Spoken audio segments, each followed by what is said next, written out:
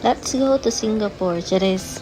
So, mo din niya nga itong nails pagtatag Singapore. So, dili ko magstorya ni mga moms kay wala lang, kapoy ko istorya dito. So, muna ako mga ganap pagtuay pa lang ko Singapore. So, diba, hagardos kayo kayo sa oras nagmata mga moms. Alas 2 sa kadlaw kaya akong flight 7 a.m. So, mas better pa masayo kaysa malate. Lisod na, sayang kayong plate besh. So, kani siya nga mga time, paagto na taog Singapore. So, nag-take off na. So, from Lagindingan to Manila, Manila to Singapore. Grabe yung kayo kakulba ang immigration. Labi na kay first time travel ko and solo traveler ko ani nga time pa Singapore kay dito rami sa Singapore makita sa ko mga ate.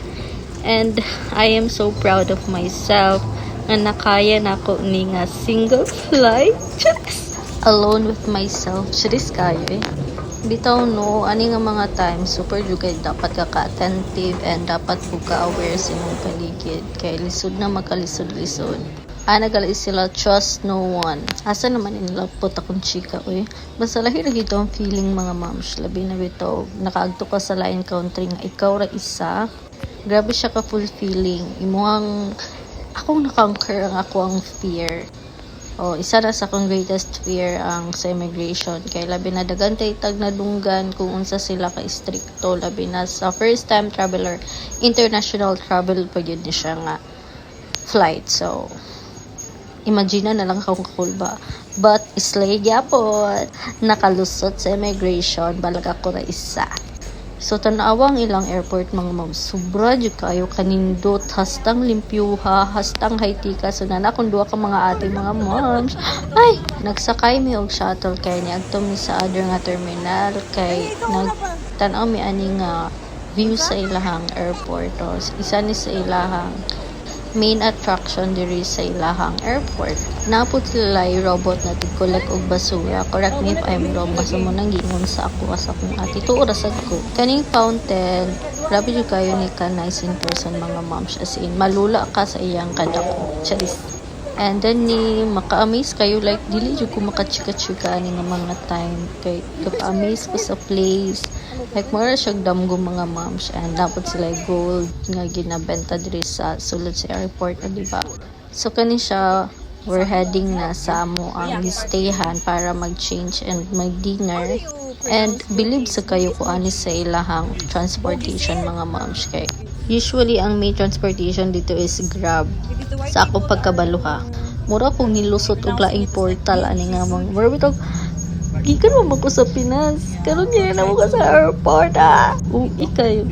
So mauni siya mga moms makalula gyud tayo ang place labi nag more bitog wa katuong anong nakaani-kaani nga place. Like dito ra gyud siya nga plano.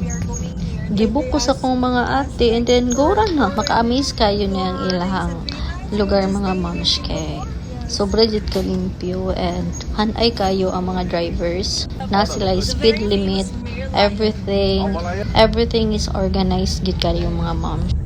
What was that Ferris wheel called? What was the name of that one? The Singapore Eye.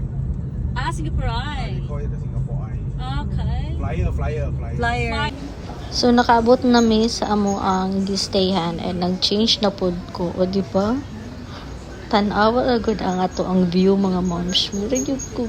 Ano ba to? Ako lang to. Charis. Kanang feeling bitaw nga while ga voice over ko ani nga mga videos.